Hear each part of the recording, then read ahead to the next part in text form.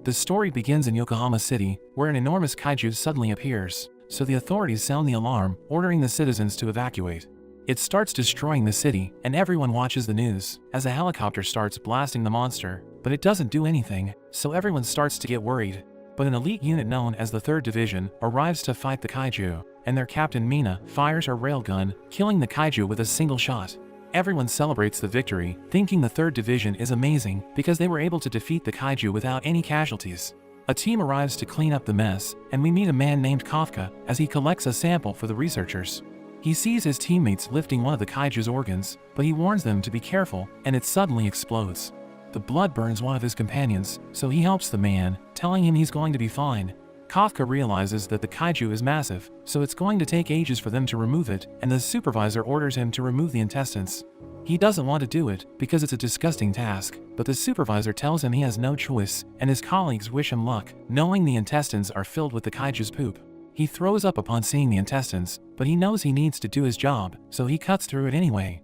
Kafka returns home, but he can still smell the kaiju's poop, and he watches the news, realizing that everyone is praising Mina because she has defeated hundreds of kaiju at such a young age. We learn that she's his childhood friend, and he wanted to exterminate kaijus with her, but he's nowhere near her level, so he becomes depressed, wondering how he ended up in his position, but he decides not to think about it, knowing he's helping society by cleaning up the kaiju's remains. The next day, he reports to his office, where he meets his new coworker named Reno, but he says that he plans to join the defense force. Another man named Takuda tells him that Kafka used to have the same dream, but he gave up on it. So Reno thinks he's pathetic, asking him why he gave up, but he explains that he did his best, and he still wasn't accepted into the defense force. Reno doesn't want to end up like him, so he mentions that he will never give up, and he leaves the room, as Kafka realizes that he sounds like a loser. They return to the kaiju, and Reno is assigned to the intestines, so Kafka celebrates, thinking Reno is about to get what he deserves. But the supervisor tells Kafka to work with Reno, so he becomes upset, wondering why he always gets the dirtiest jobs. But the supervisor notes that he has grit, thinking he would have done well in the defense force if he passed the test. During their break, Kafka realizes that Reno has lost his appetite, so he gives him a vitamin pack, telling him to drink it so he doesn't pass out. Kafka adds that he needs to plug his nose, saying he needs to do it to survive, but he refuses, so he forces him to do it, and they start working together, as Kafka helps Reno with his job. Later that day, everyone prepares to go home, but Reno approaches Kafka, thanking him for his help. He can't believe Reno is doing this, and he tells Kafka that it's not too late to join the defense force, because they've raised the age limit for applicants. Reno knows he isn't happy with his life, because he looked sad when he talked about giving up, and Reno tells him to do whatever he wants. But he thanks Reno for giving him hope, realizing that Reno is a good person. But at that moment, a kaiju suddenly appears, and it's about to eat him, but Kafka grabs him, and they manage to survive. Kafka tells him to escape and call for reinforcements once he's safe, but he refuses to leave, so Kafka reminds him about his dream, saying he can't join the defense force if he doesn't survive. So he runs away, and Kafka calls the kaiju, so it starts chasing after him, trying to eat him, but he enters a building and jumps out a window. In a flashback, we see Mina crying, so Kafka approaches her, trying to cheer her up. She explains that she's sad because her cat died, and they stare at the ruins of their city, as they mention that they're going to join the defense force. But he thinks she doesn't have what it takes, and he tells her that he's going to become a better defense force officer, saying they will exterminate the kaijus together. But we return to the present, as the kaiju continues to pursue Kafka, who realizes that he can't escape, so he prepares to fight it, but it crushes his leg, and it's about to eat him. But Reno returns, and he wonders why Reno is doing this, so he explains that he'll never make it in the defense force if he can't even save his colleague. So Kafka realizes he's pathetic, knowing he can't protect anyone, so he doesn't have what it takes to enter the defense force. The kaiju is about to kill them, but a tiger suddenly stops it, as the soldiers open fire, and they blow it to pieces. Mina reports that the target has been destroyed, and she tells her men to follow her, saying they need to check if there are more kaiju in the area. That evening, we see Kafka in a hospital, realizing that Mina is amazing, and he thinks he'll never reach her level. But Reno knows that he wouldn't be alive if Kafka didn't save him, thinking Kafka is amazing, so he needs to consider joining the defense force. He thanks Reno for making him feel better, saying he has decided to apply to the defense force, but he suddenly sees a strange creature, which tells him that it's looking for him, and it suddenly dives into his mouth, causing him to struggle. Reno notices this, so he asks Kafka if he's okay, but Reno is shocked when he sees him. Kafka looks in the mirror, realizing he has turned into a monster, so they both panic, but Kafka explains that he still has control over his body, and another patient sees them, so he calls for help, and they know that Kafka is about to get hunted down, so they decide to run away. We cut to Mina, as she thinks about Kafka, who promised her that he's going to stay by her side, but she calls him a liar because she's fighting the kaijus without him. She receives a call, and she learns that a kaiju has appeared in the hospital, so she promises to get rid of it. In a flashback, we see Mina laughing at Kafka, thinking he's corny for saying that he will protect her if she's ever scared. He starts to get embarrassed, but she actually thanks him and is happy that they will always be together. We see her gather her team, and she tells them about the situation at the hospital. There's an alert on the news, and the people are told to take shelter. We return to the hospital, and the old man is terrified, so Reno suggests clearing up the misunderstanding, telling Kafka to smile. But when he tries it, it just causes the man to faint. Kafka rushes to help him, but as he touches the wall, he blows it away, and they are shocked by his strength. The other patients wonder about the explosion, and Reno thinks they need to get away. Kafka goes to open the window, but he completely tears it away. He starts freaking out about his body, but Reno says they need to go. We see Mina's team on their way, and she receives a report about them leaving the hospital. Meanwhile, Reno wonders how Kafka turned into a kaiju, asking if he's really still the same guy. But Kafka says he doesn't know, as we see he has taken on more monstrous form. He manages to turn back, but notes there's another problem, saying he needs to pee. Reno tells him to hold it in, but Kafka isn't able to control himself, so Reno wonders where the pee will come from, and it comes out of his nipples. Kafka is embarrassed by this, but Reno says they need to keep moving. Kafka wonders if he can still join the defense force like this, but Reno thinks it's impossible, because he's become the thing that the force is defending against, thinking he'll be shot on sight. He becomes devastated realizing he will never join the defense force, thinking he won't be able to keep his promise with Mina. Reno notices a sealed-off area, thinking it's the perfect place to hide, but Kafka suddenly senses something approaching. We see an explosion, and there's a report of another kaiju, so Mina splits her team up. Reno notes that there will be less people after him, so he thinks it's the perfect distraction for them to hide, but Kafka seems to hesitate. At the site of the explosion, we see a girl crying, as her mother appears to be trapped. She isn't strong enough to lift the debris, and the kaiju suddenly appears. It smashes through the building, and prepares to eat them, but Kafka suddenly punches it, and completely blows it away, shocking himself with his own strength. He checks on the girl, but she's afraid, so he tries smiling again, but it only makes things worse. He's able to free the mother, but the kaiju suddenly returns. So he tells Reno to get away, and he charges up his full strength. He dodges the kaiju's attack, and delivers a devastating punch, which completely blows it up, causing its blood to rain down. He says it's over, but the girl is still terrified. So he tells her he will go, but as he starts to walk away, she actually thanks him. He's reminded of when Mina thanked him, remembering his promise to stick with her, so he realizes what he needs to do. Reno tells him they should go before anyone else arrives, but he says he's not giving up, saying he needs to go and stand by Mina's side. We see Mina as she arrives on the scene, wondering what happened. She asks the girl about the kaiju, but she's scared when she thinks about it. Mina assures her that they will wipe out all the kaiju, but the girl asks her not to hurt the good kaiju, mentioning how there was a good kaiju that saved her mother. 3 months later, we see the cleaning team watching the news, and learn that Kafka has been given the codename Number 8. Reno thinks things have gotten out of hand, and we learn Kafka was the first kaiju in history to escape the defense force, so they are all looking for him. The supervisor mentions there's mail for him and Kafka, and we see he passed the test for the defense force. He has a look at Kafka's letter, and we see that he also passed. Reno rushes to deliver the news to Kafka, but he sees him in his kaiju form, so he kicks him. Kafka quickly changes back, and Reno warns him he's still wanted, so he can't just expose himself. Reno gives him the letter, but wonders why he isn't excited, so Kafka mentions it's the second round that he normally fails. We learn that the second round is the practical exam, and Reno wonders how he'll hide his body since there will be officers watching. But Kafka says he will take it regardless, and since he's 32, this is his last chance to make it in. On the day of the exam, we see them arriving at the Defense Force's Tachikawa base. We see other participants arriving, and there's suddenly a girl that calls out to Kafka, calling him old. He freaks out and explains he's only 32, but she tells him his car is in the way. He notes that there are plenty of spots, but the girl mentions that 55 is her lucky number. Kafka thinks about teaching her some manners, but the girl decides to move it herself. She takes off her jacket, revealing a suit, and she lifts their car with only one hand, throwing it to the side.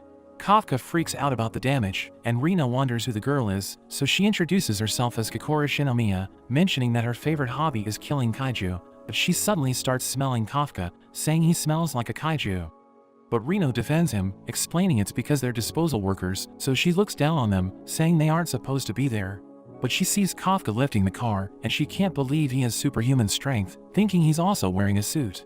He tells her he's going to be taking the exam, telling her to remember his name, and she believes things are about to get interesting, saying she's going to prove that she's better than him. We meet her butler Sabasu, and they head inside. But Reno becomes upset, because Kafka used his powers to lift the car. So he explains that he only transformed his hand, so that no one will notice, but Reno tells him that isn't the issue, advising him not to use his powers, and Kafka agrees to this. They make their way inside, as Kafka notes that this is his last chance to join the defense force, so he's determined to give it everything he has. We learn that the second round of the exam has 2 parts, and they aren't sure if they're going to do well during the aptitude test, so they decide to give the fitness test everything they have. But as the exam begins, we see Kafka struggling, as he notes that his performance is worse than before, so he thinks he got weaker because of his age. Kafka doesn't perform well, so Kikoru mocks him, because he told her to remember his name, but his ranking is terrible, and he's nowhere near her level. So he falls into despair, but Reno admires him for not using his powers, and he explains that he doesn't want to play dirty, knowing everyone is doing their best to pass the exam. But he thinks about his ranking, realizing he could have improved it by using his powers, but Reno explains that there's another reason why he didn't do well. They start talking about the top dogs in the exam, and Reno tells Kafka about the rank 2 candidate, Haru Izumo, revealing that he graduated top of his class from a prestigious university. The rank 3 candidate named Furuhashi also graduated as a valedictorian from his school, and he's known for his incredible strength. The top candidate, Kagura, was invited to become an elite member of Japan's ground force, but he turned down the offer because he wanted to join the defense force instead. Reno adds that there are other competent candidates, so he knows the competition is going to be tough. But he mentions that everyone's watching Kikoru, saying she's considered to be a prodigy because she was able to graduate from a prominent university at the age of 16. So they think she has incredible talent, and everyone wants to defeat her. Kafka approaches her, saying she's amazing, but her bodyguards beat him up, telling him not to touch her. She thinks he's pathetic, and she promises to keep making him look bad, so he becomes upset, saying he's going to get his revenge. But he thinks he's going to fail the exam, so Reno tells him not to lose hope, thinking the next test is about Kaiju corpse disposal, so they think they have the advantage. The candidates head to the next area, where they meet Sashiro Hashina, the vice captain of the 3rd Division, who tells them they're about to have their aptitude test. He opens a gate, and Kafka is excited for Kaiju corpse disposal, but Sashiro tells them they're going to be killing Kaiju instead. Reno and Kafka are happy to hear this, and a Kaiju tries to leave the gate, but it's stopped by a barrier. Kikoru sees Kafka freaking out, so she laughs at him, and Sashiro explains that they'll be wearing combat suits during the test. Reno wears his suit, and it fits him perfectly, as it mentions that it has finished analyzing his body. Sashiro explains that the suits are made of organic material taken from Kaiju, and it grants the user superhuman abilities. The operator Konomi measures the candidate's unleashed combat power, revealing that Reno has only tapped into 8% of his suit's power, while the top students have unlocked over 10%. Sashiro mentions that they should be able to reach 20% after they finish training, and Furuhashi appears to be disappointed with his result.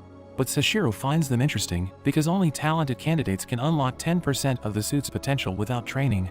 But Konomi reveals that Kikoru has tapped into 46% of the suit's power, recognizing her as the greatest talent in history, because she's already at the level of a platoon leader.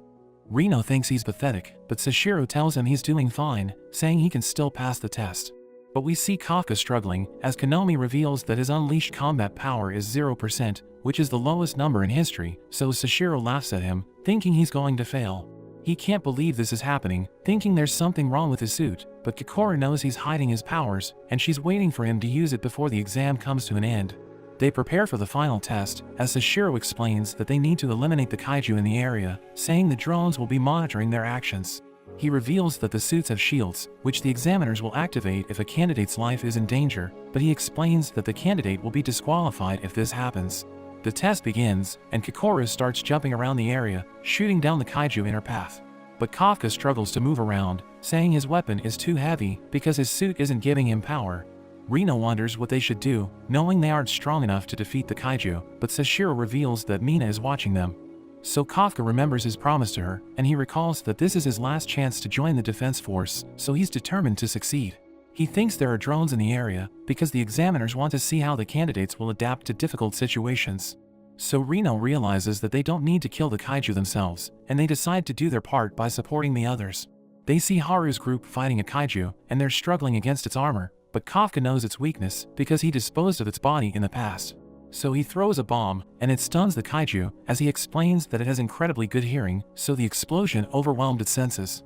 He tells Haru to aim for its stomach, so he follows Kafka's instructions, and their bullets are able to penetrate it, causing the kaiju to explode. He thanks Kafka for his help, and he starts looking for another kaiju, thinking he can pass the exam without using his powers. But a kaiju suddenly attacks him, sending him crashing against a wall, and the examiners note that he's injured, thinking he can't continue fighting. So they prepare to activate his shield, but he refuses to give up, knowing Mina is watching him. The kaiju is about to eat him, but it suddenly gets blown into pieces, as Kikoru arrives, telling him she can clear the area alone, so he can just stay on the ground, calling him a loser. The top dogs realize she's going after the main target, and they're determined to eliminate it before she does. But they realize that she's stronger than them, thinking it's because of her unleashed combat power.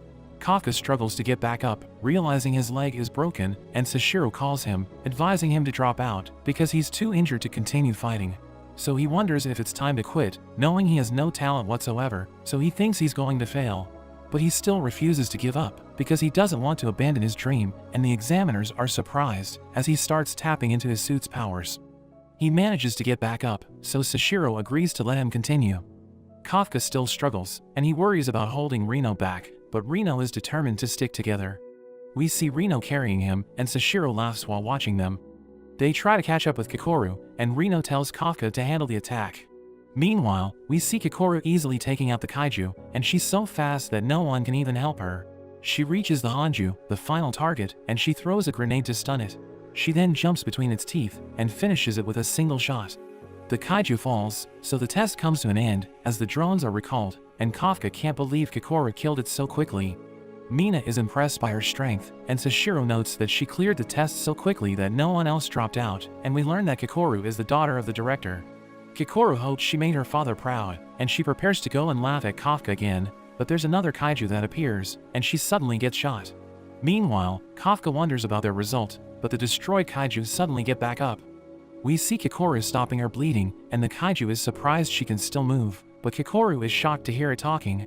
She tries to shoot it, but the kaiju fires first. The examiners hear her screaming, and they detect her abnormal vitals. Sashiro wonders what's going on, and they also see the revived kaiju. Konomi notes that they have gotten even stronger, and the Hanju is given a fortitude rating of 6.4. Sashiro thinks it would take a whole platoon to take it down, and Mina orders for all the remote shields to be activated, telling Sashiro they need to head out. The examinees are told to evacuate, but Kikoru thinks she can't run, because if the Hanju isn't dealt with, many people will die. She manages to close her wounds thanks to her suit, and she prepares to keep fighting, thinking she needs to be perfect, but the Hanju instantly smashes her. In a flashback, we see her with her friend Risa, who is happy for her because she got the top score, but Risa's father picks her up, and Kikoru is left alone. Tsubasa joins her, mentioning her father will be home today, and he thinks he will be happy with how she did. Kikoru is excited, but when she gets home, her father doesn't care about her score, thinking it should be normal for her to be at the top. He tells her that celebrating a single success only leads to failure, and he says she needs to be perfect for the sake of their nation's future. She remembers her father's words and continues to fight, but the Hanju keeps hitting her. She tries to stand back up, but the Hanju suddenly grows horns, and Konomi is surprised to see it regenerated its offensive uni-organ. It begins charging up an attack, and Sashiro wonders if they'll make it in time. Kikoru thinks it's over for her, and she apologizes to her father that she couldn't be perfect. The Hanju prepares to finish her, but Kafka suddenly appears, telling her she did a good job. She wonders what he's doing there, and there's a huge explosion, but we see that Kafka blocked it, and he transforms into his kaiju form in front of her, saying he will handle the rest. Meanwhile, we see everyone else evacuating, and Kagura shoots a flare to help guide everyone. Reno hopes that Kafka is okay, and we see that a few moments earlier, they learn that the Hanju came back to life, and Kikoru is fighting it alone. Their orders are to evacuate, but Kafka disappears, and Reno worries that he's planning on transforming. Back in the present, Kikoru wonders what's going on, and Kafka begs her to keep his secret. The Hanju charges up another attack, but Kafka just slaps it away, and he promises to tell her more after the fight. Konomi detects his energy, but the cameras are knocked out from the explosion. She notes that he has a fortitude rating of 9.8, but Sashiro says it's impossible, thinking the explosion must have scrambled their measurement system, because 9.8 would be the strongest kaiju in history. Kafka knows he doesn't have much time, so he decides to finish things with a single punch. He clashes with the Hanju, but he completely overwhelms it, blowing it into pieces. Kikoru wonders who he is, and Kafka suddenly rushes at her, but he takes out a kaiju behind her. He tells her she shouldn't put herself in such danger, but Reno suddenly arrives and starts reprimanding him for transforming. They start to argue, but Kikoru ends up passing out. Sashiro and Mina arrive on the scene, and they wonder what happened. They get a report that Kafka and the others made it to the shelter, but Sashiro thinks Kikoru isn't strong enough to be responsible for this. Sashiro is reminded of the previous incident 3 months ago, so he wonders if they're related. We see Kafka in the hospital, and Reno notes that Kikoru's condition is also looking good, mentioning that she's getting the best treatment. Kafka gets jealous of this, but Mina suddenly visits them, and she thanks them for saving Kikoru. She leaves after this, and Kafka wants to call after her, but decides to wait until he becomes an officer. Kikoru wakes up, and she's visited by Sashiro. He tells her that everyone survived, and he thanks her for dealing with the Hanju. She thinks about Kafka saving her, and she decides to keep his secret. The incident is reported on the news, and the mysterious kaiju is surprised there were no casualties. He suddenly gets a call, telling him his break is over, and we see him transforming into a man. As he leaves the toilet, we learn that he's the newest member of the cleaning squad. Kafka is released from the hospital, and he returns to work, but he's freaking out because he isn't sure if he's going to pass the exam. He starts blaming Reno for his poor performance, but their boss appears, saying they both received letters, and Kafka opens it, realizing it's the exam results. We see the successful candidates gathering in a hall, but the top dogs realize that Kafka isn't there, thinking he must have failed. Kikoru joins them, and we learn that she obtained the top score, so she's going to be handling the oath. Furuhashi asks Reno about Kafka, and he's about to answer the question, but the ceremony suddenly begins, as Mina enters the hall. Kikoru is ordered to speak on behalf of the class, and Mina announces that there are 27 successful candidates, saying they're now considered as officers in the defense force. Kikoru promises to fulfill her duties to the best of her abilities, and Mina thanks her for saving everyone during the exam. But she knows that Kafka was the one who did it, and she wonders why he isn't in the ceremony, thinking he deserves to pass. She's curious about his powers, so she wants to see him again, and at that moment, Kafka suddenly joins them, surprising everyone. We learn that during the deliberation, the officials talked about Kafka's result, thinking he has no potential whatsoever, so they considered failing him. But Sashiro decides to accept him into his platoon because he was able to support the other candidates during actual combat. Mina explains that he isn't included in the ceremony because he's going to be enrolled as a cadet, but Kikoru is happy that he was able to enter the defense force. Mina is glad that they all volunteered for the defense force, but she explains that the kaiju are getting stronger, so she warns them that their missions are going to be dangerous. She's certain that there are going to be casualties, but she promises to do her best to help them, telling them to believe in her. Kafka tells her that he's going to be standing next to her, but everyone's shocked by his behavior, thinking he's insane. She tells him he's disrespectful, so she decides to punish him, telling him to do 100 push-ups, and Sashiro laughs, telling her to go easy on him. But she walks away, and Sashiro notes that she's smiling as Kafka starts doing the push-ups. Sashiro suspects that he's connected to the kaiju that was rated 9.8 because his vitals disappeared when it was detected. So Sashiro thinks he's hiding something, so he decides to monitor him. Kafka struggles to complete his push-ups, and he barely manages to get 100 as everyone celebrates, but Kikoru interrupts them, telling him she wants to talk to him. They head to a diner, where Kafka tells Kikoru how he got his powers, and she can't believe this is possible. He thinks about telling the defense force about it, thinking they might be able to cure him, but she tells him it's a bad idea, because they will experiment on his body until he dies, saying they will use him to create special weapons. So he begs her to keep his powers a secret, and she agrees to this, reminding him that he saved her life, but she promises to kill him if he goes on a rampage. We see Reno in the middle of a training session, and he hits the targets with amazing precision. A voice mentions that he was able to complete the exercise in over 2 minutes, and his combat power has reached 18%. Everyone is impressed with his progress, and Furuhashi wants to keep up with him. So he goes through the exercise with everything he has, and he's able to beat Reno's time, as the voice mentions that his unleashed combat power is 20%. He tells Reno not to get too cocky, but they see Kikoru completing the test, as the voice reveals that she was able to destroy the targets in 1 minute, and her combat power is at 55%. She taunts them, saying she's better than them, and Haru thinks he'll never defeat her, but Kagura tells him he's falling behind, and he realizes that Kagura has surpassed his unleashed combat power. Everyone hears Kafka struggling, and we learn that he was able to destroy the targets in 6 minutes, but his combat power is still at 1%. He celebrates, telling Kikoru that he's no longer at 0%, but Sashiro tells him he's pathetic, warning him that he's going to get fired in 3 months. Sashiro orders everyone to run around the perimeter, and Konomi notes that they're competing with each other, so he thinks they're going to improve. Everyone takes a bath, and Kafka is exhausted, as Furuhashi boasts about his muscles, but Reno thinks he looks average, and he doesn't believe Reno, so they start arguing. Kafka tells them his muscles are bigger, but he loses control over his breathing, and his belly sticks out, so Furuhashi laughs at him. Kagura joins them, and they see that he looks totally shredded, so they hide in the water, realizing they're no match for him. We cut to Kikoru, as she sees Mina in the laundry area, thinking she looks amazing, and Kikoru wonders why her combat power is off the charts. So she asks Mina about her training, and she tells Kikoru to stand next to her, saying she will teach her the basics. We return to Kafka, as he hears the others talking about Mina, saying she inspired them to join the defense force. Reno thinks she's like a superhero, but Kafka tells them she's his childhood friend, and they're surprised to hear this, so they ask him to share his story. They continue training together, as Kafka struggles to keep up with the others, and one evening, we see Kafka staying up late, thinking he needs to study harder.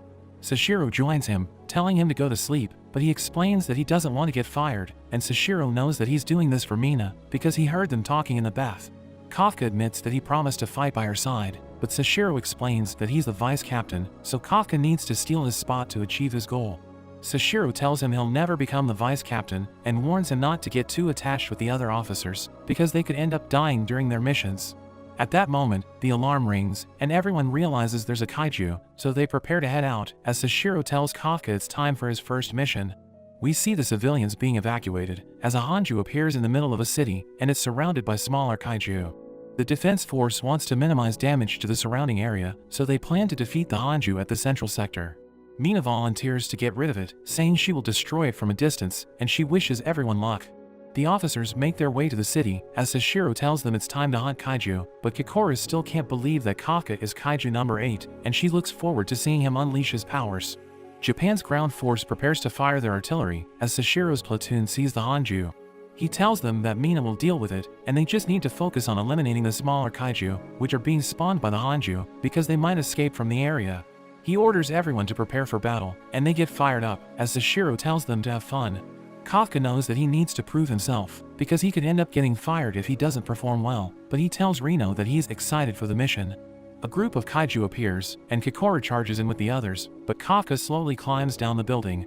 A helicopter arrives, and we learn that Mina has reached the sniping spot, as Konomi tells the ground force to lure the hanju to the central sector. So they open fire, launching several rockets at the hanju, but it has no effect, and it starts moving forward. Sashiro tells the new recruits to show him what they're made of, and Kafka tries to unleash his suit's power, but a kaiju blows him away, and Kikoru advises him to stay back, because he's still at 1%. The experienced officers look down on the rookies, telling them not to get in the way, and they mention that nobody knows about the enemy's weak spots. But Kikoru starts blasting the kaiju, blowing them to pieces, and her seniors are amazed by her combat skills. We see Furuhashi in action, telling Reno to keep up with him, but he realizes that Reno was able to kill a kaiju on his own, wondering how he was able to do that. So he explains he's using freezing rounds, saying it fits his style, because it allows him to slow down the enemy while he's fighting. The seniors are impressed with the new recruits, because they're eliminating the kaiju by themselves, and the platoon leader Nakano explains that the batch is filled with talented members. Kagura and Haru are competing against each other, wanting to see who gets more kills, as Nakano notes that they're complete opposites, but she thinks they're both attractive. She thinks the rookies are amazing, because they're outperforming their seniors, and Konomi reports that Reno and Furuhashi are at the forefront. But Kafka realizes he's being useless, so he wonders what he can do to help, and he sees a dead kaiju, thinking he might be able to find its weak spot. So he starts dissecting it, realizing that the core isn't where it's supposed to be, and he sees it at the base of the neck, so he reports this to Sashiro, advising the officers to hit them from the side. He adds that the kaiju have reproductive organs, and he warns Sashiro that they might spawn new kaiju if the organs aren't destroyed. Sashiro thanks him for the information, and Konomi shares this with everyone, as he realizes that he was able to help the defense force, thinking he might be able to fight by Mina's side. But he sees a massive explosion, and we see that the ground force is continuing to pressure the hanju, but it has already reached the central sector, so they decide to retreat. The defense force shoots its legs, trying to immobilize it, as Mina takes aim, and she charges up her railgun, increasing her unleashed combat power to 96%. Sashiro tells Kafka to watch closely, as Mina fires her weapon, blowing a massive hole into the hanju's body. Kafka can't believe how powerful she is, and Sashiro tells him he's nowhere near her level.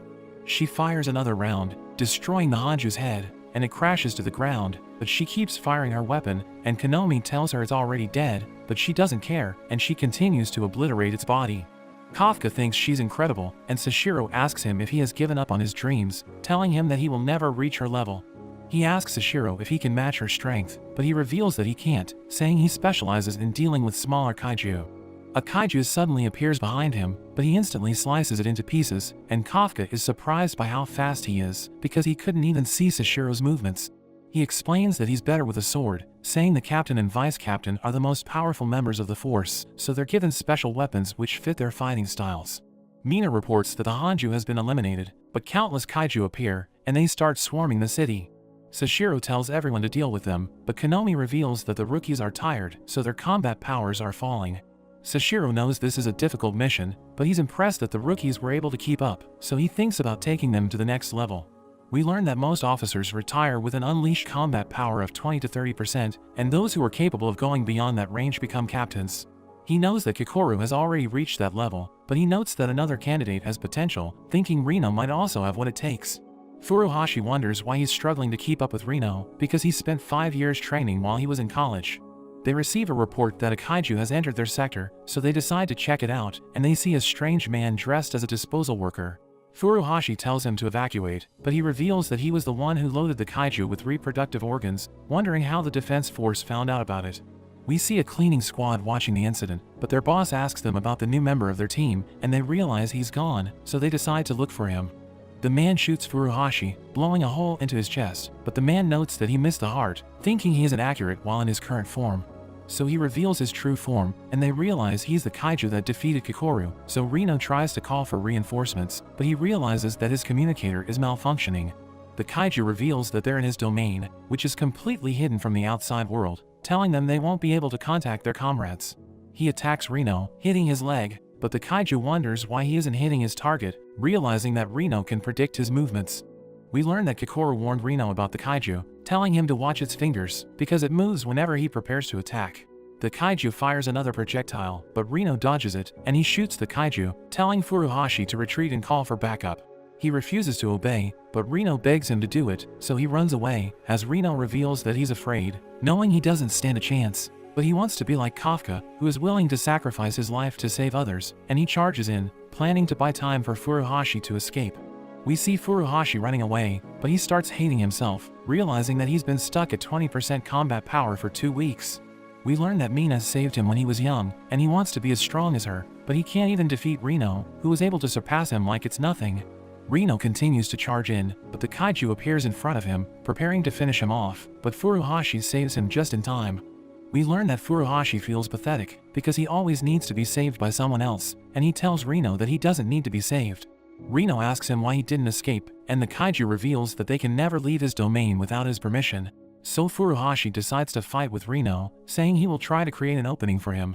Reno charges in, as Furuhashi stuns the kaiju with a conductor round, and Reno unleashes his maximum combat power as he opens fire on the kaiju. But the kaiju uses a wall of corpses to defend himself, and he launches a counterattack, hitting Reno repeatedly. We cut to Sashiro, as he receives a report, which mentions that they've lost contact with Reno and Furuhashi. So Kafka realizes they're in trouble, and he sees something moving in a kaiju's corpse as Kikoru approaches him, telling him that the mysterious kaiju is in the area. Reno collapses, as Furuhashi tries to save him, but the kaiju knocks him down. He starts torturing Reno, as Furuhashi reaches out to his rifle, thinking Reno has the potential to become a captain, and he doesn't want Reno to die, so he's willing to risk his life to save him. But Furuhashi realizes that his rifle is broken, and the kaiju is about to kill him, but Kafka suddenly arrives, and he punches the kaiju, knocking his head off. Reno thinks he's weak, because Kafka was forced to transform to save him, revealing that he wanted to get stronger to stop this from happening. The kaiju gets back up, and Kafka tells Reno to take a break as he prepares to fight the kaiju. He asks Kafka why he's protecting Reno, saying Kafka is stronger than the other kaiju, so he wants to use his body. The kaiju suddenly launches a projectile, and Kafka coughs up blood, but the kaiju realizes he's tough, so he prepares to attack Kafka with everything he has. Reno tells Kafka to escape, as the kaiju launches countless projectiles, but Kafka unleashes a powerful roar as he protects himself with a barrier. He starts pummeling the kaiju, who tries to use the wall of corpses to defend himself, but Kafka rips it open, and he continues his assault, breaking through the kaiju's defenses. The kaiju knows he doesn't stand a chance, so he decides to retreat, but Kafka hits him with all his might, blowing him away.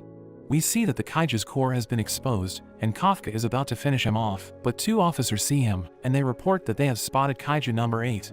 We see Kikoru fighting a kaiju, but she struggles against it, because she's already exhausted. She manages to slice it in half, but she thinks about Kafka, wondering where he is. We learn that she was with Kafka before he left to rescue Reno, and he told her that he can sense the humanoid kaiju, so he transformed into his kaiju form, telling her to take care of everything while he's gone. But she hears the report from the officers that spotted him, so she becomes worried, realizing Kafka is in trouble, as Sashiro gives the order to neutralize him. The kaiju recovers, and he manages to escape, realizing that his domain has been destroyed. But he now knows how Kafka fights, so he thinks he'll be able to defeat him in the future. He tries to kill the officers, but Kafka shields them, and the kaiju tells him that they'll meet again, as he disappears. Kafka jumps away, knowing he needs to escape from the defense force. So he hides in an alley, but Sashiro finds him there, and he reports that he has made contact with Kaiju number 8. He tries to attack Kafka, but he manages to evade, realizing that he can barely keep up with Sashiro's movements. Sashiro realizes he's a worthy opponent, so he removes his limiter, and his unleashed combat power reaches 92% as he prepares to fight with his full power.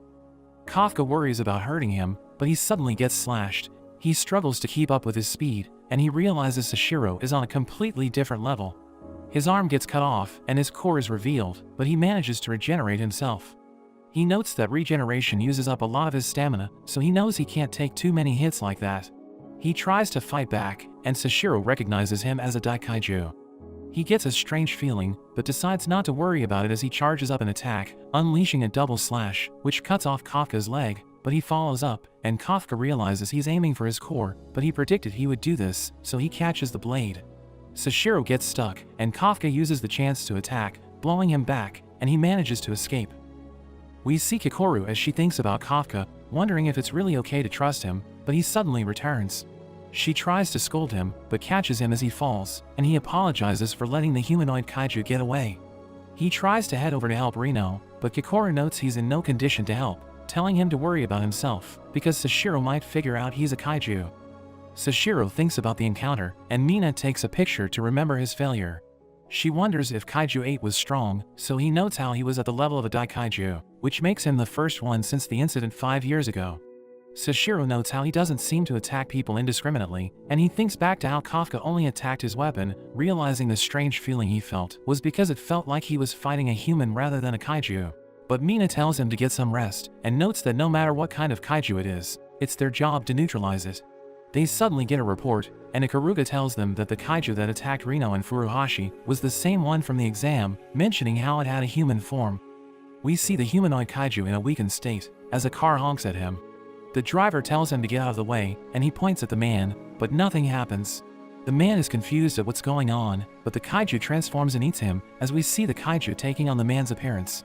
We hear on the radio that he's been designated as Kaiju number 9, but he thinks about how he can kill Kafka. We see Reno waking up in the hospital, and Kafka is glad he's okay. He thanks Kafka for saving him, but they panic as we see Furuhashi is next to him, thinking it was Kaiju 8 who saved them, so Kikoru quickly mentions how Kafka found the core in the smaller kaiju, and he buys her explanation. Furuhashi wonders why Kaiju 8 saved them, thinking he was pretty cool, so Kafka gets happy hearing this. Soon after, the squad has a party to celebrate Reno and Furuhashi's recovery and their first successful mission.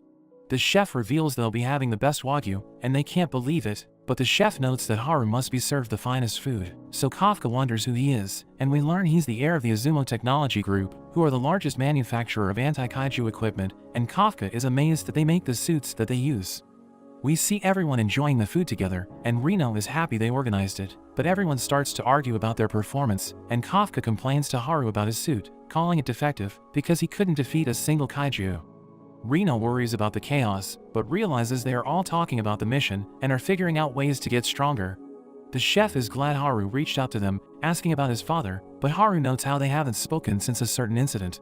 Kagura suddenly appears, looking for the toilet, and Haru wonders how much he heard. Sashiro calms everyone down to make an announcement, and reveals that thanks to Kafka's contribution, he's being promoted from a cadet to a full officer. He's overjoyed to hear this, and everyone celebrates for him. The next day, Kafka meets with Mina, and she officially gives him the promotion. He swears to give it his all, but as he leaves, she tells him not to get too excited, because he's still a long way from being able to stand by her side, but he's happy that she remembers the promise. She notes that it was Sashiro who recommended him for the promotion, so she tells him not to let him down.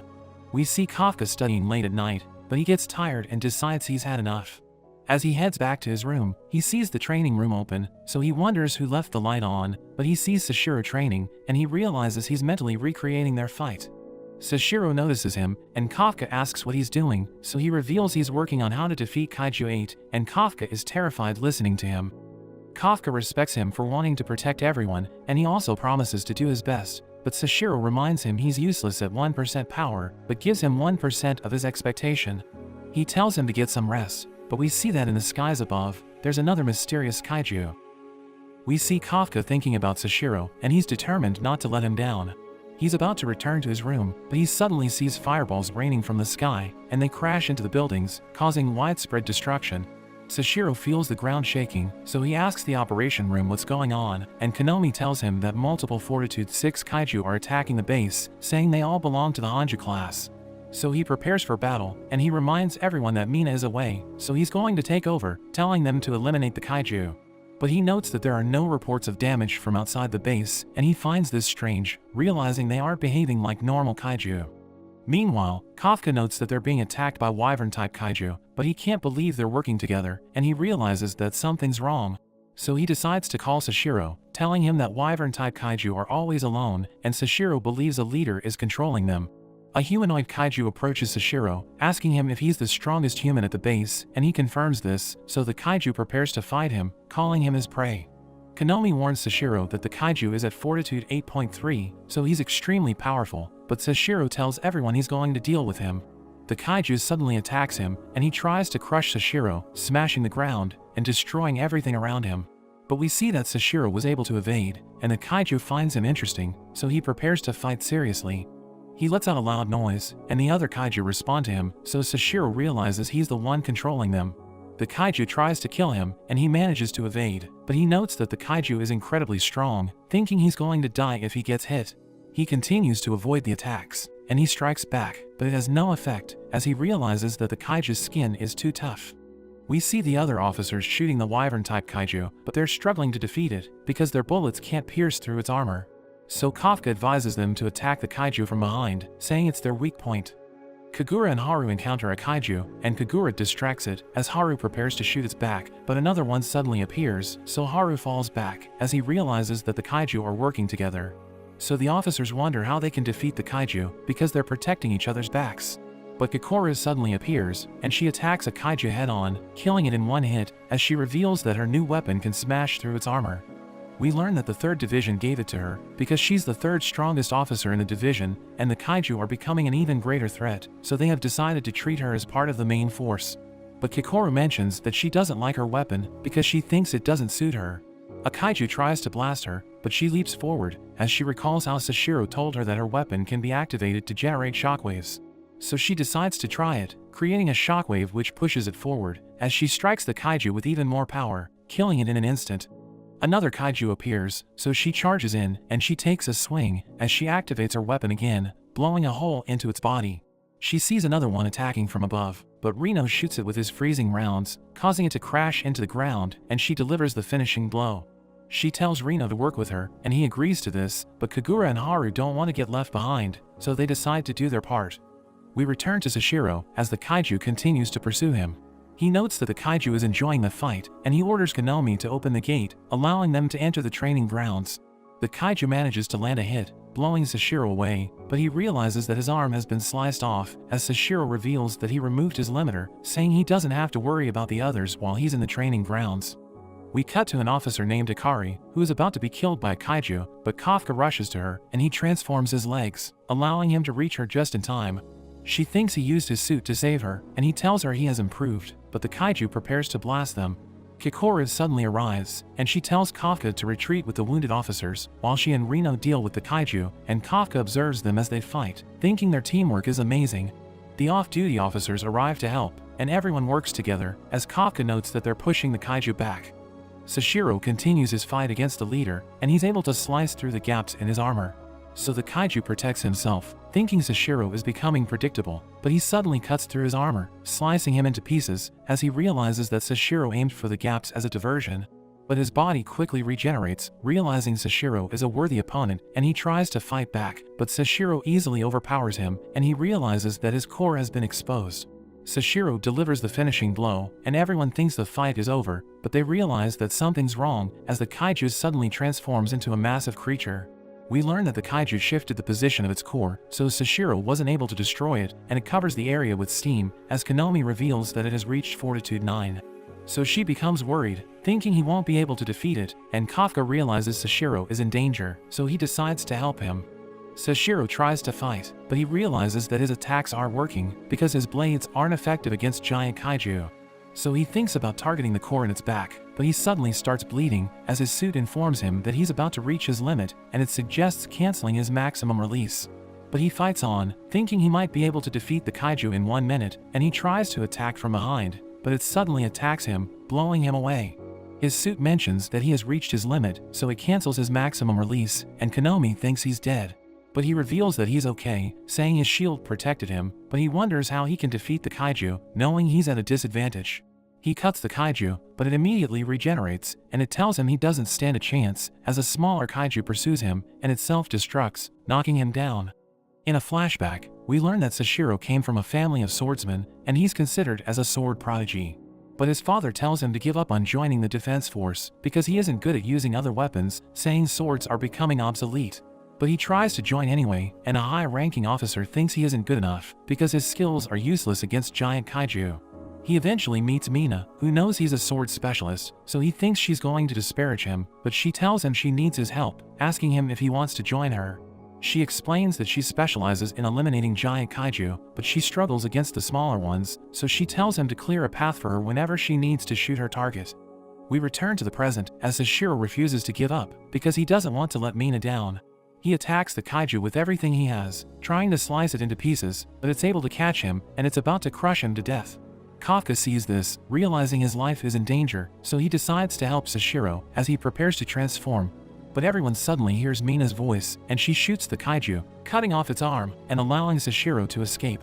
It prepares to attack her, but she fires again, hitting its other arm, as it orders the smaller kaiju to pursue her, but she manages to avoid them. The kaiju quickly regenerates, and Konami tells Mina to target its core, but Sashiro knows this won't be easy, so he tries to help her, and he attacks its legs, trying to immobilize it. But it doesn't work, as he notes that his power output is too low. Kikoru suddenly joins the fight, and she attacks with everything she has, but she gets pushed back, as she realizes she isn't strong enough to damage the kaiju. So Sashiro cuts through its armor, and she delivers a devastating blow, which causes it to lose its footing. Kikoru realizes she has reached her limit, but she's able to create an opening for Mina, who blows a hole into the kaiju's back, exposing its core.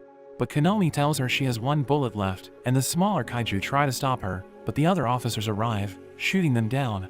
The kaiju is about to recover, so Sashiro keeps attacking it, knowing he has to stop it from regenerating. He knows he isn't strong enough to defeat it, so the only thing he can do is create an opening for Mina, but he realizes he's about to get eaten.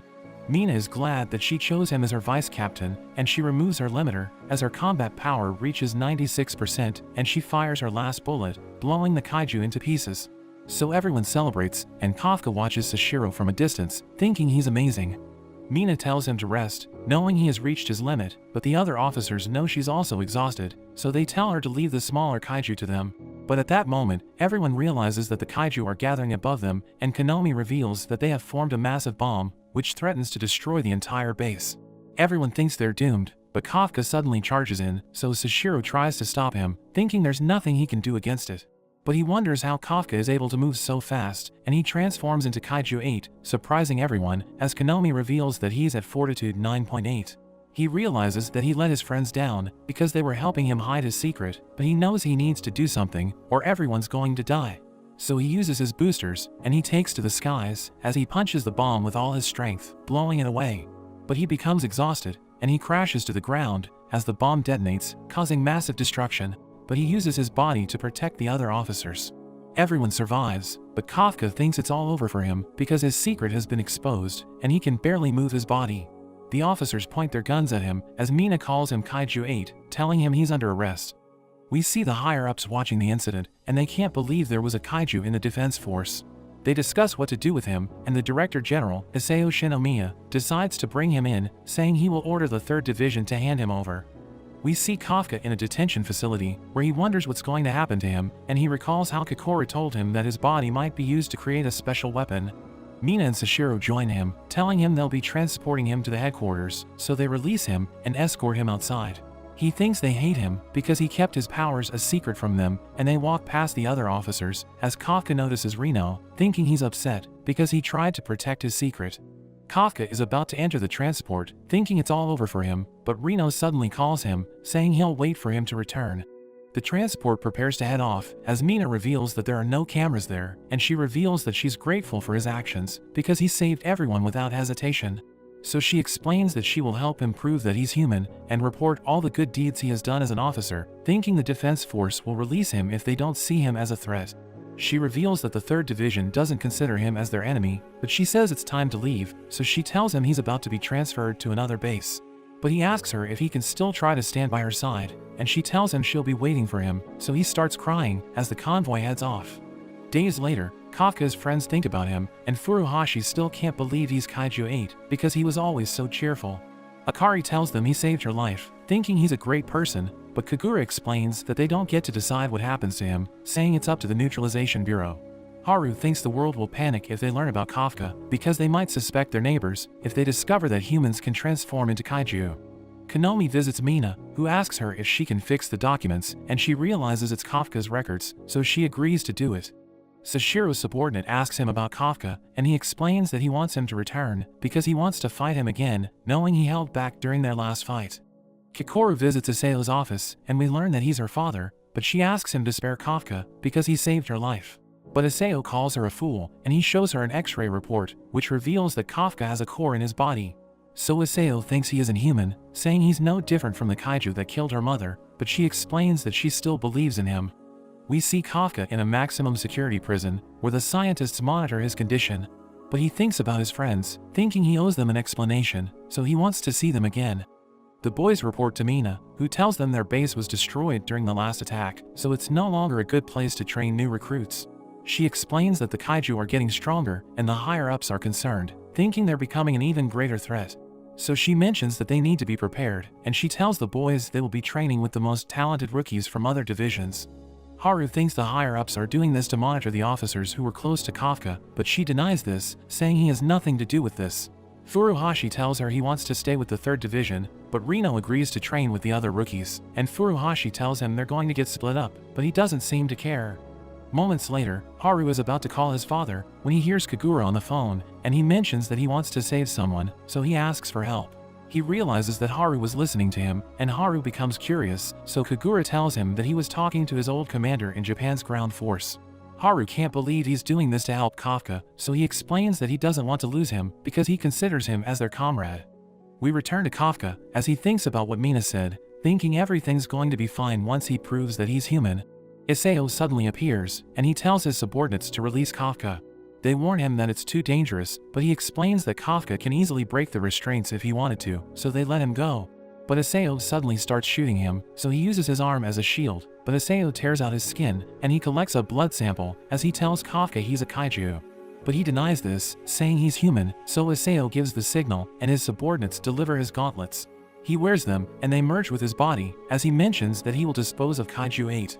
Kafka is determined not to transform because he wants to prove that he's human, but Isao attacks him, slicing off his arm and sending him crashing against the wall. The other officials are impressed, realizing Isao hasn't lost his touch, and we learn that he's considered as the strongest soldier in history.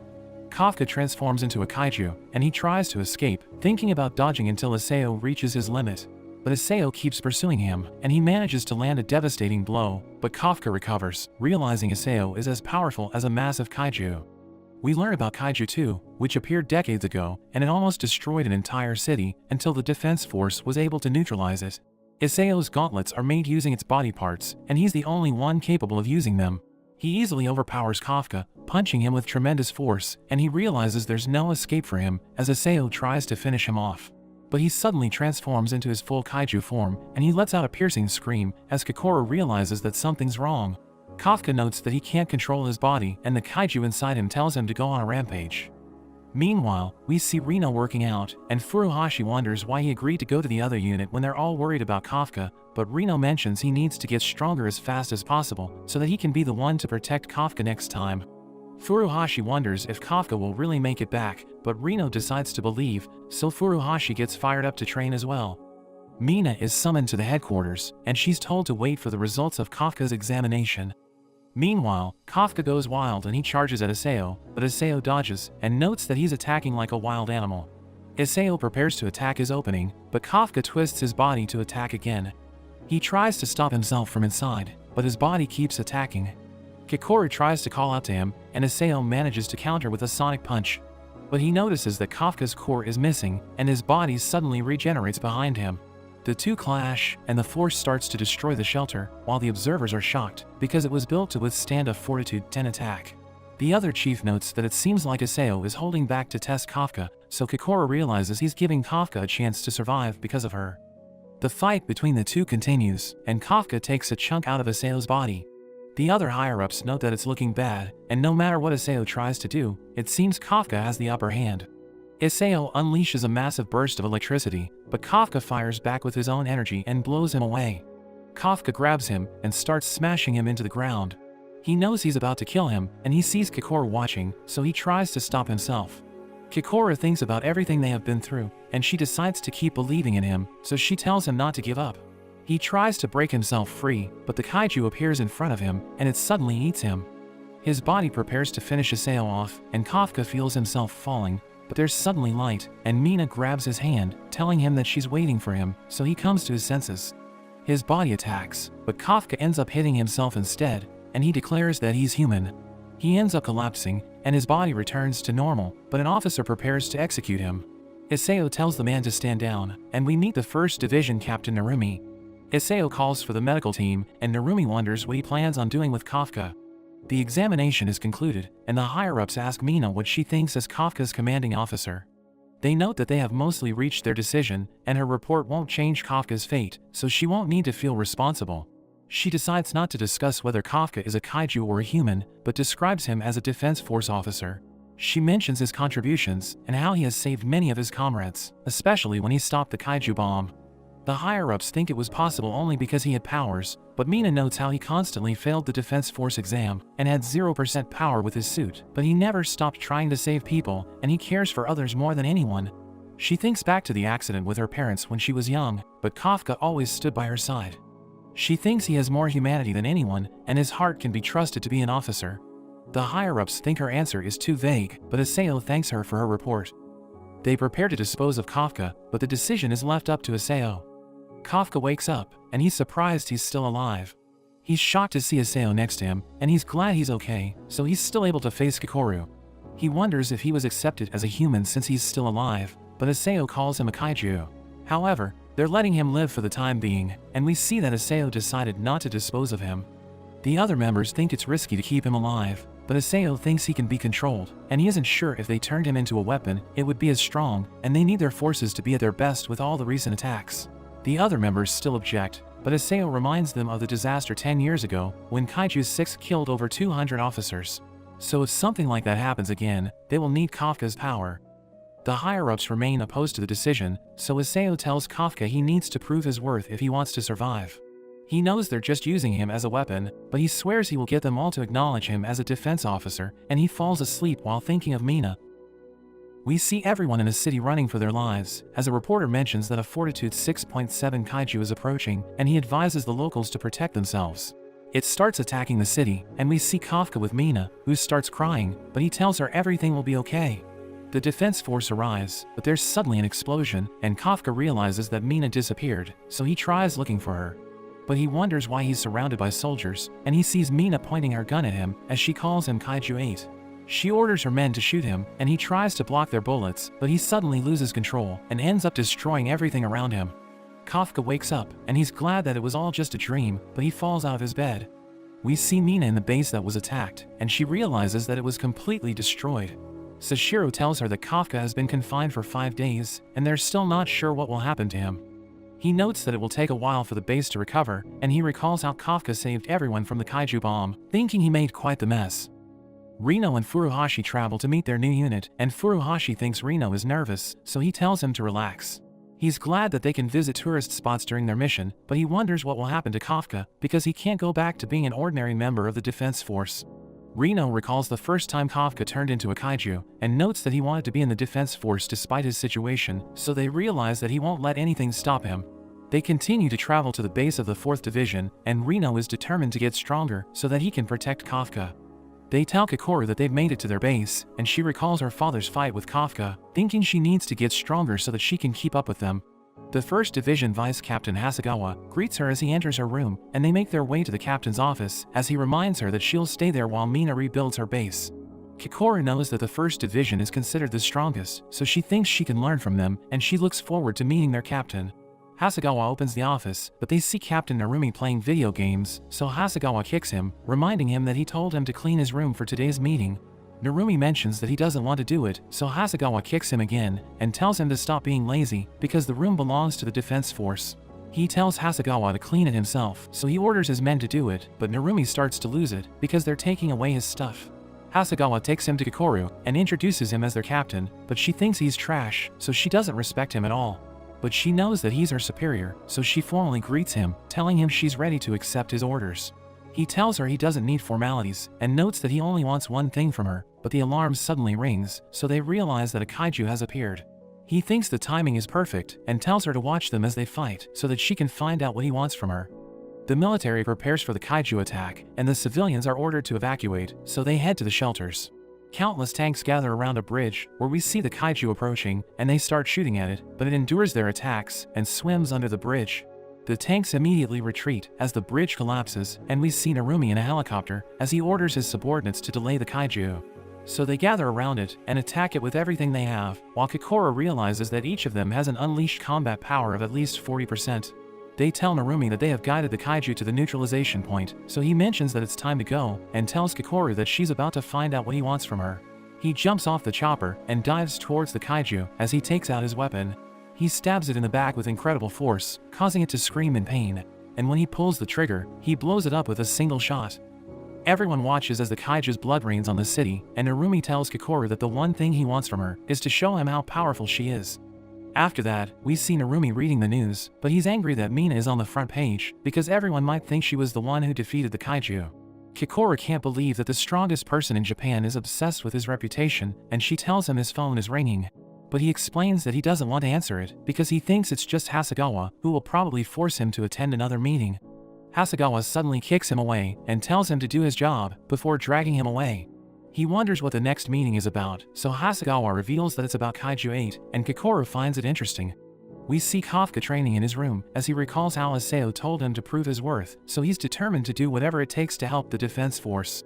A group of soldiers suddenly calls him, and they take him to Isao's office, where he's surprised to see Kikoru. They begin the meeting, and Isao tells Kafka to join the 1st Division, because he's the strongest kaiju in history, so they will be unstoppable if he joins them. Isao tells him to prove his worth in the next mission, so that he'll have a place in the defense force, and he promises to do his best. But Narumi doesn't want to work with him, explaining that he's already the strongest person in Japan, so they don't need Kafka in the group. But Isao tells him it's not enough, because the kaiju are evolving in ways they don't understand, so they'll become an even greater threat in the future. Isao notes that the defense force also needs to evolve, but Narumi isn't convinced, and he mentions that the best way to use Kafka is to turn him into a weapon he can use. Kafka explains that he can't die yet, because he doesn't want to disappoint the people who believe in him, and he's determined to stand by Mina's side. He notes that he'll do anything it takes to survive until he achieves his goal, and he formally introduces himself, as he mentions that he'll join the 1st Division. Narumi realizes that he needs to work with him, so he tells Kafka he doesn't care about him, as long as he shows them what he's capable of. Narumi promises to kill him if he loses control, so that he can turn him into his weapon, but Kafka is glad that Narumi gave him a chance to prove himself. There's suddenly an earthquake in the city, and everyone thinks it will end quickly, but the buildings start collapsing, so they run for their lives. The ground stops shaking, but we see a massive hole in the city, and everyone wonders what's happening. One of them takes a video of it, but a countless number of ant kaijus suddenly appear, so the civilians panic and run for shelter, as the ants overrun the city. Kafka trains with the First Division, and everyone realizes that he's working hard because he wants to prove that he deserves to be in the defense force. Kikoru heads to Narumi's office and tells him to give her personal lessons, but she's surprised to see him bowing to her, and he asks her to let him borrow money. He explains that his money disappeared from his bank account, but she knows that he spent it to buy items online, and tells him he isn't supposed to ask for a loan from his subordinate. But the alarm suddenly rings, and Hasegawa tells them they need to move out, so Narumi puts on his suit and heads out with his team.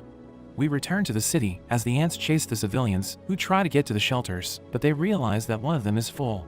So they make their way to the next shelter, but we see a girl hiding behind a car, and we learn that she can't move because her leg is injured. Her brother tells her everything will be okay, because the First Division will save them, but a kaiju sees them and sends the car flying. The boy thinks they're done for, but Narumi suddenly arrives to save them, and he tells them to post about him on social media so that everyone will learn how cool he is. His men carry the kids away, and he asks his subordinates to give him a situation report.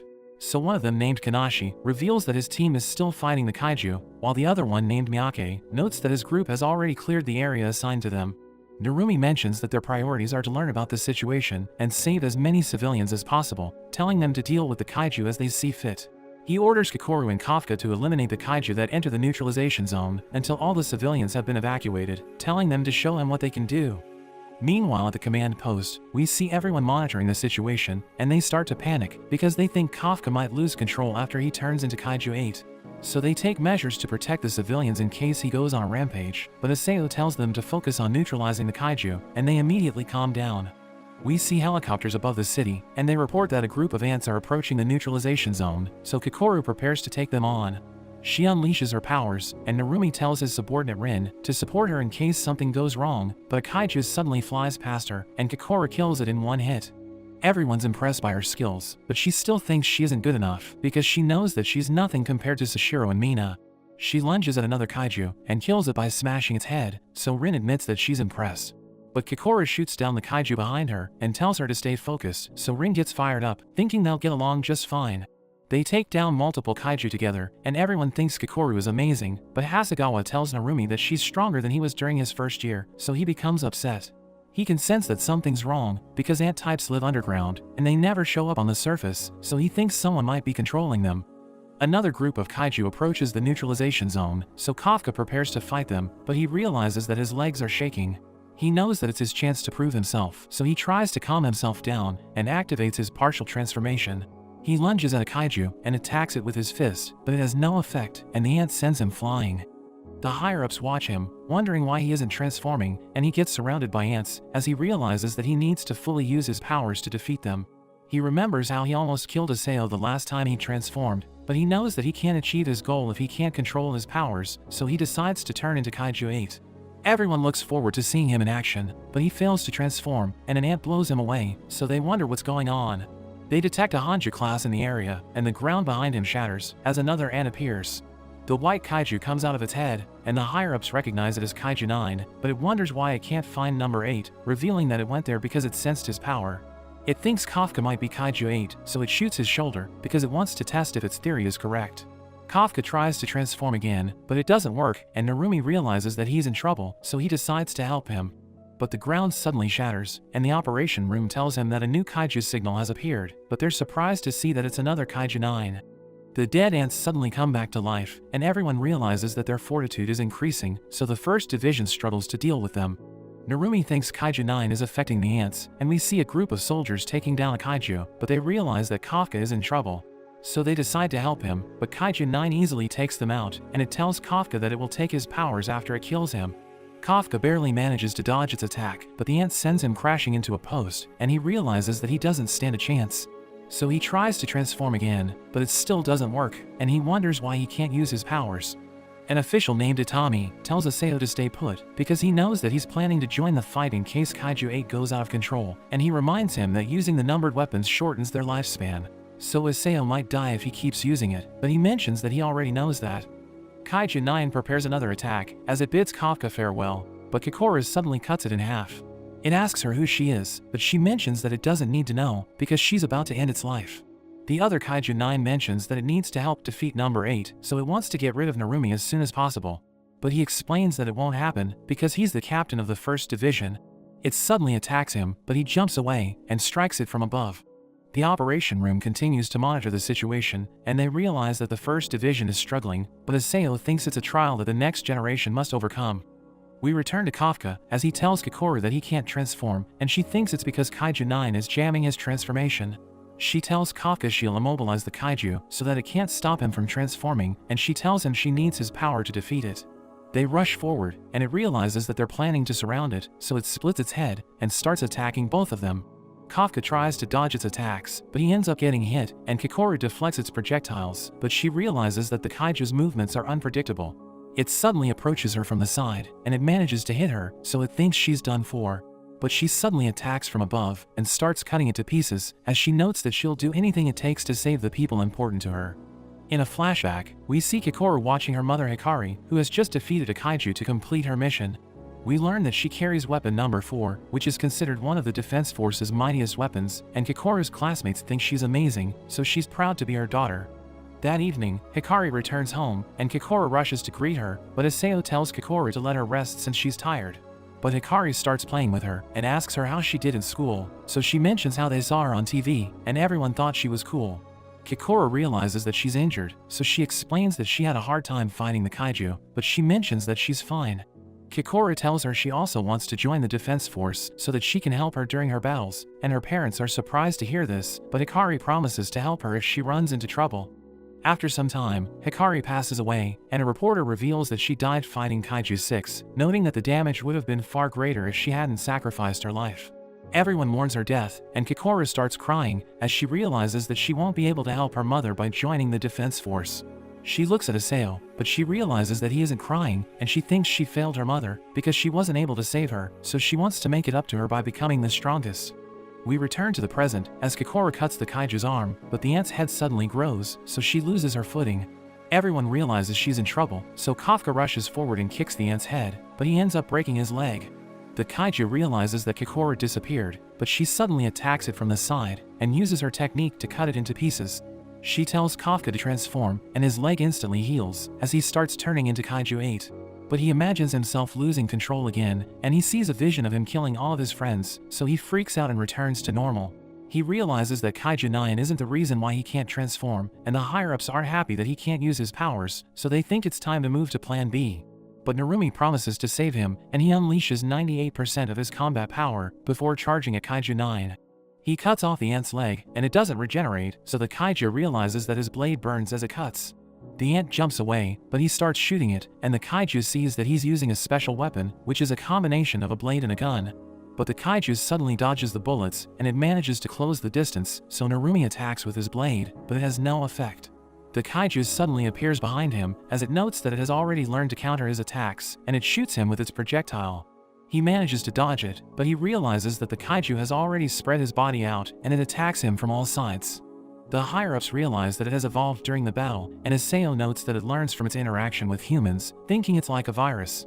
But everyone realizes that Narumi is completely fine, and he mentions that he's stronger than the kaiju, who wonders how he's still alive.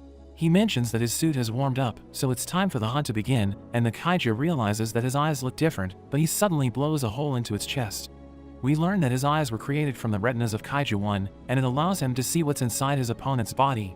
He shoots Kaiju 9 as he dodges its attacks, and it notes that he appears to be getting faster, but it knows that he's just predicting its movements. Isao notes that Kaiju 1 had the power to see the future, because its eyes allowed it to see brain signals, so it could tell where a person was about to move. Narumi jumps to the sky, and he sees Kaiju 9's core, so he dives towards it and cuts it into pieces. Everyone celebrates his victory, and the higher-ups think he's impressive, but they see that Kafka still can't transform. Kaiju 9 regenerates, and it launches its projectiles, which destroy Kikoru's weapon, and push Kafka back. He realizes that he can't transform because of fear, and he notes that he doesn't want to lose control and kill his friends, but Kikoru tells him not to underestimate them.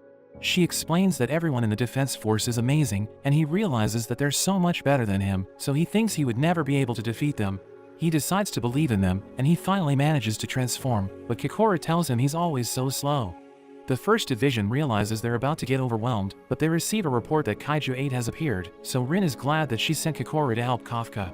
Isao notes that it's time to move to the next phase, and Kaiju 9 makes a strange sound, which causes the dead ants to come back to life. Kikoru realizes they're surrounded, and the kaiju's ant grows wings, so she thinks they're in trouble.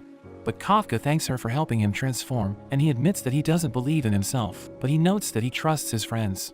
He tells her to deal with the ants behind them, but she can't believe he's making her fight the kaiju's minions, telling him she'll kill him if he doesn't win. He rushes toward the kaiju, who notes that it learned from their last battle, so it restrains him and prepares to finish him off. But he dashes past it, and we see that he was able to steal a core, but he realizes that it belongs to the ant.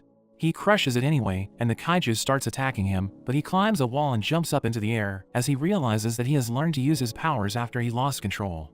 He dives toward the kaiju and smashes it with all his power as it tries to block his attack. But it realizes that he's stronger than before, and he completely obliterates it, as everyone realizes that his power is overwhelming. They see that the kaiju's signals in the area are starting to disappear, so they celebrate, thinking the battle is over. But Kikoru reports that there are still ants in the area, so she needs to take them out.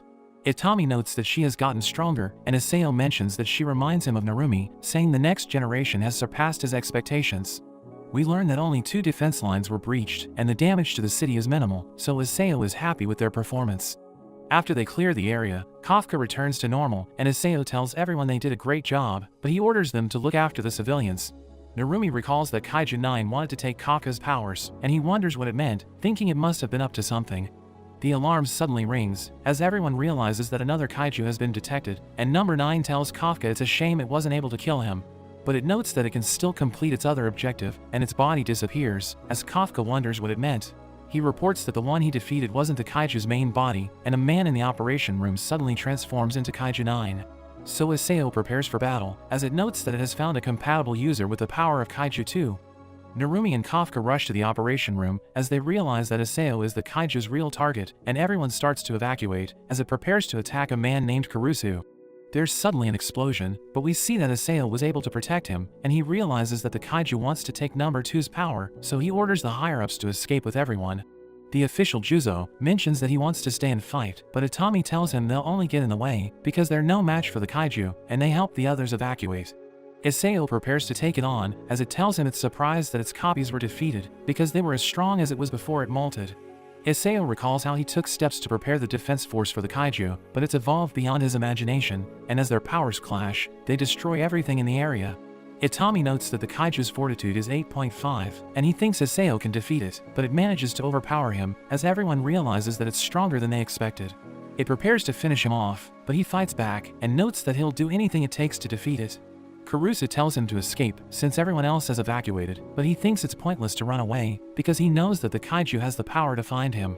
He tells Kurusu to escape, but he recalls how he always looked up to Isao, and notes that it's his job to assist him, so he decides to stay with him until the end.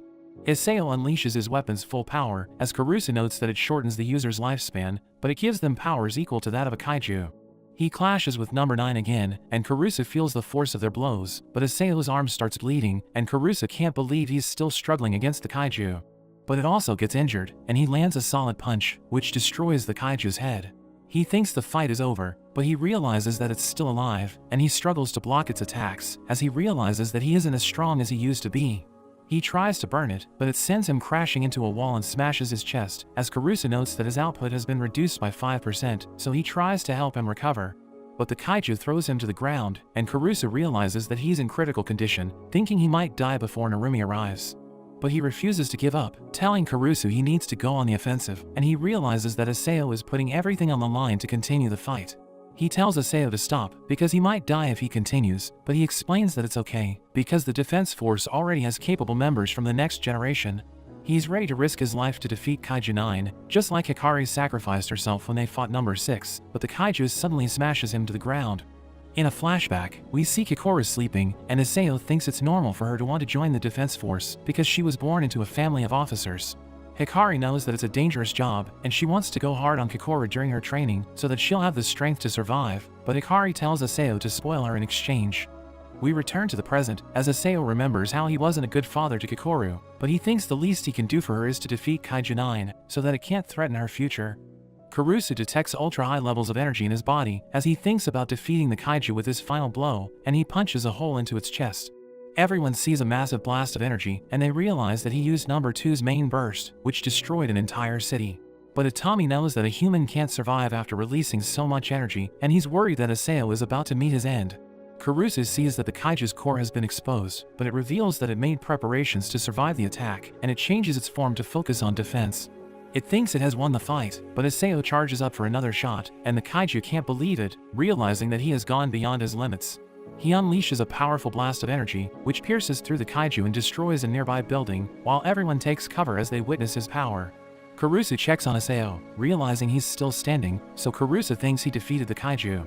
It notes that even its powered-up body couldn't withstand the attack, and it starts melting, but it knows that Aseo has also reached his limit. Karusa realizes that its core is still intact, so he tells Aseo to escape, but we see that he can no longer move his body. It prepares to absorb him, telling number 2 it's time to return to being a Kaiju, and Karusa watches on helplessly as it takes Aseo. Narumi and Kafka arrive, and they see Aseo standing, so they think he's okay. But Kafka suddenly gets a strange feeling, and he tells Narumi to stay back, because there's something wrong with Aseo. Kaiju 9 suddenly attacks them with a ball of energy, so Kafka pushes Narumi out of the way, and they realize that it has become stronger than ever before. Narumi tries to talk to Aseo, but the Kaiju reveals that it has already fused with him, but Kikoru doesn't believe it, and she starts shooting the Kaiju. It recognizes her as Aseo's daughter, and it shows her a part of his face, causing her to freak out.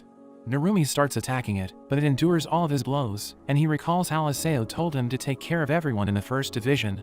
So he's determined to defeat the Kaiju, but it suddenly starts flying away, as it explains that it's still adjusting to its new body. He stabs it with everything he has, but it has no effect, as the Kaiju explains that it already knows his weakness, saying it just needs to strengthen its defense to deal with his attacks. It prepares to finish him off, but Kafka suddenly charges in, so it prepares to fight him, telling him it's ready for their rematch. But that's where this video ends. Remember to like and subscribe to the channel. Thanks for watching, and I'll see you next time.